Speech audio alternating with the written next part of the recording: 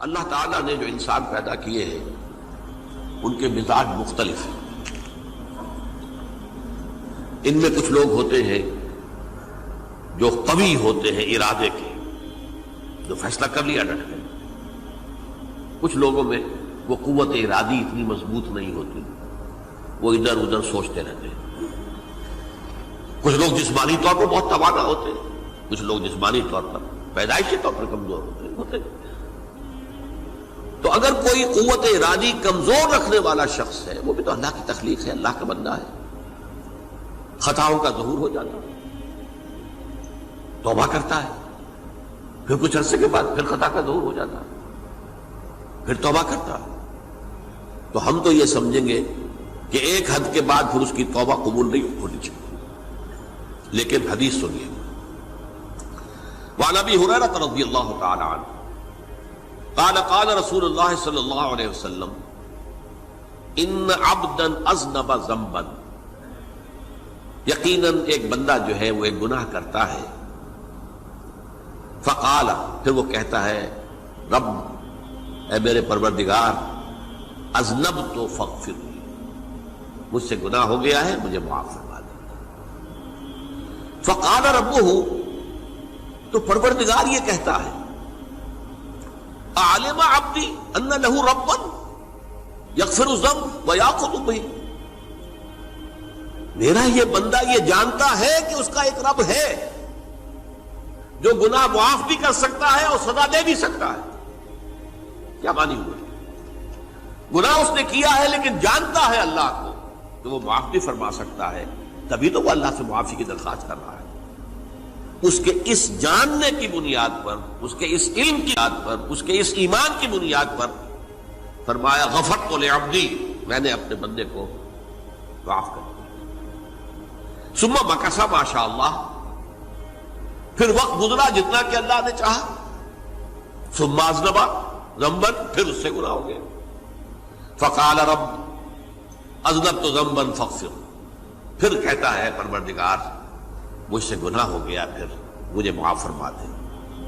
فقال ربہ، اللہ فرماتا ہے عالم عبدی ان لہ ربا یغفر الذنب ویأخذ بہ، میرا بندہ ہے نا جو جانتا ہے کہ اس کا ایک رب ہے، ایمان باللہ اس کے اندر ہے، تبھی تو پکار رہا ہے. اور یہ بھی جانتا ہے کہ وہ گناہ معاف بھی کر سکتا ہے اور چاہے تو پکڑ بھی سکتا ہے، سزا بھی دے سکتا ہے. تو فرمایا، اللہ تعالیٰ فرماتے ہیں میں نے فرمایا کہ میں نے معاف کر دیا. ثم مکث ما شاء اللہ، پھر ایک عرصہ گزرا اس کے بعد.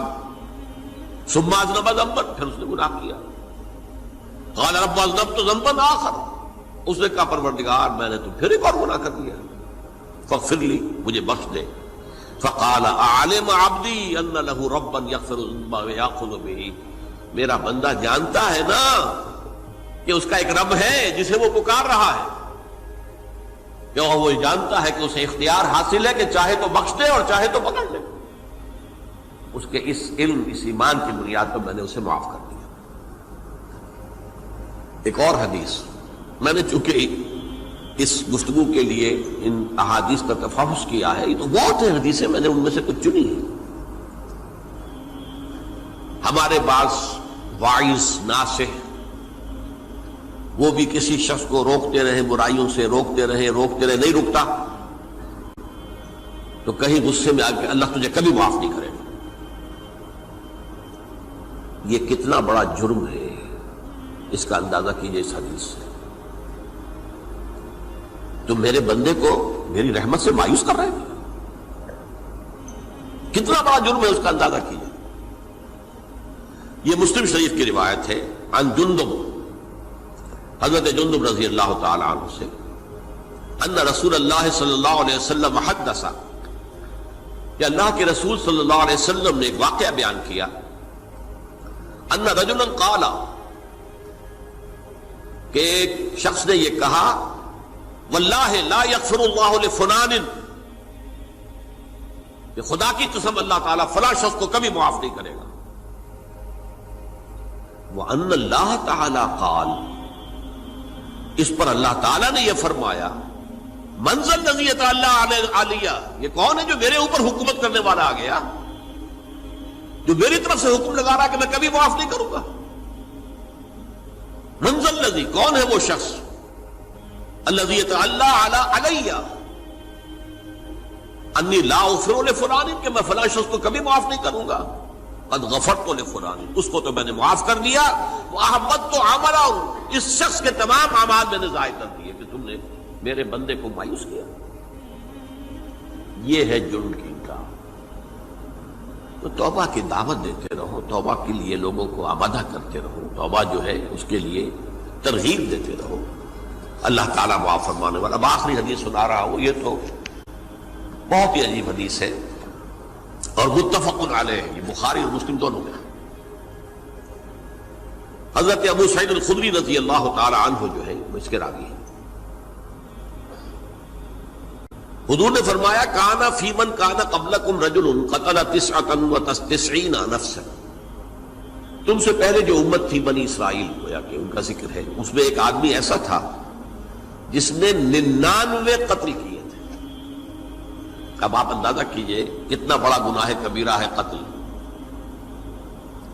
قرآن مجید میں آتا ہے وَكَأَنَّمَا قَتَلَ النَّاسَ جَمِيعًا، اگر ایک انسان کو بھی ناحق قتل کر دیا گیا تو یہ ایسی ہے گویا کہ اس نے پوری نوع انسانی کو قتل کر دیا، اس نے 99 قتل کیے۔ فَهَلْ لَهُ مِن تَوْبَةٍ، پھر اس کے بعد یہ ہوا کہ اس کے اندر توبہ کا جذبہ پیدا ہوا۔ فَسَأَلَ عَنْ أَعْلَمِ أَهْلِ الْأَرْضِ، تو اس نے پھر سوال کیا، لوگوں سے پوچھا کہ زمین میں رہنے والوں میں کون سب سے بڑا عالم ہے۔ فَدُلَّ عَلَى رَاهِبٍ، تو اسے بتایا گیا فلاں راہب فلاں جگہ پر ہے، وہ بہت نیک ہے، بڑا عالم ہے۔ فَأَتَاهُ، وہ اس کے پاس آیا، فَقَالَ أَنَّهُ قَتَلَ 99 نَفْسًا فَهَلْ لَهُ مِن تَوْبَةٍ، انہوں نے کہا دیکھیے راہب صاحب، میں نے 99 انسان قتل کیے، اب مجھے یہ بتائیے کہ میرے لیے توبہ کا کوئی امکان ہے؟ فَقَالَ لَا، انہوں نے کہا نہیں۔ فَقَتَلَهُ، اس نے اس کو بھی قتل کر دیا۔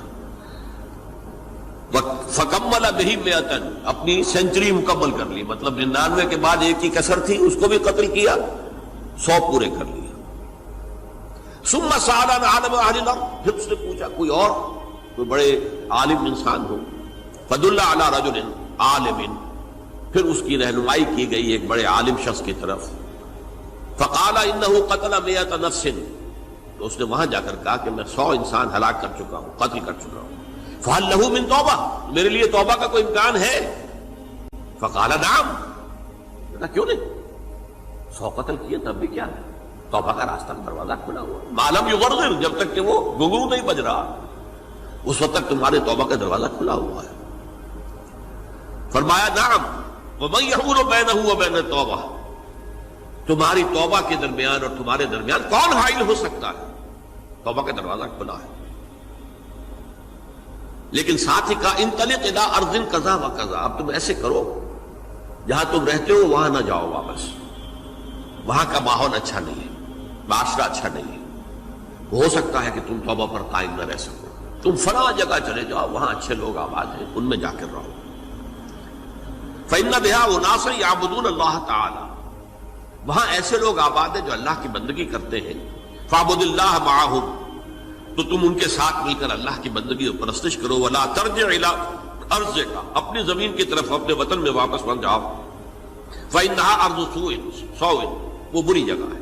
فانطلقا، تو وہ چل پڑا، ہجرت کر رہا ہے، اس جگہ جا رہا ہے جہاں کا راہب نے بتایا تھا۔ حتی اذا نصف الطریق، جب آدھا راستہ اس نے پورا کر لیا، اتاہ الموت، موت آ گئی۔ فاختصمت فیہ ملائکۃ الرحمت و ملائکۃ العذاب، اب وہ جہنم کے فرشتے بھی آ گئے اس کی جان قبض کرنے کو، اور جنت کے بھی آ گئے۔ فقالت ملائکۃ الرحمہ، رحمت والے جو فرشتے ہیں جنت والے، انہوں نے کہا جا تائبا مقبلا بقلبہ اللہ تعالی، یہ شخص توبہ کر کے اللہ تعالیٰ کی طرف ہجرت کر رہا تھا، اس لیے اس کی نیت کی بنیاد پر اب یہ جنتی ہے، لہذا اس کی روح ہم قبض کریں۔